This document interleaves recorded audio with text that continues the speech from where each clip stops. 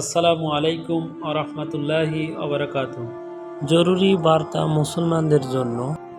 আজকের বার্তাটি প্রতিটি মুসলিম ভাই বোনদের জন্য অত্যন্ত গুরুত্বপূর্ণ। ভাই ও বোনেরা, সামনে হিন্দু সম্প্রদায়ের পূজা অনুষ্ঠিত হতে যাচ্ছে। এ সময় বিভিন্ন স্থানে ছেলে ছাগল ও অন্যান্য পশু মূর্তির উদ্দেশ্যে বলি দেওয়া হবে। পূজা শেষ হওয়ার পর বাজারে প্রচুর পরিমাণে ছাগলের মাথা এবং বিশেষ কিছু অংশ সহজলভ্য হবে।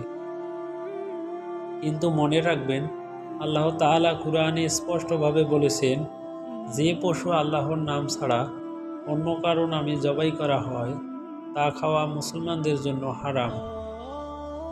অতএব মূর্তির নামে জবাই করা পশুর গোশত, মাথা বা যে কোনো অংশ খাওয়া শুধু নাজায়েজ নয়, বরং এটি বড় গুনাহ। তাই আমাদের করণীয়, কয়েকদিনের জন্য ছাগলের মাথা, বিশেষ অংশ খাওয়া থেকে বিরত থাকা, কেবল হালাল ও নিশ্চিত গোশত কেনা, পরিবার পরিজন, আত্মীয় স্বজন এবং বন্ধুদের সচেতন থাকা, আমাদের সন্তানের ছোট থেকে হালাল হারামের ব্যাপারে শিক্ষা দেওয়া।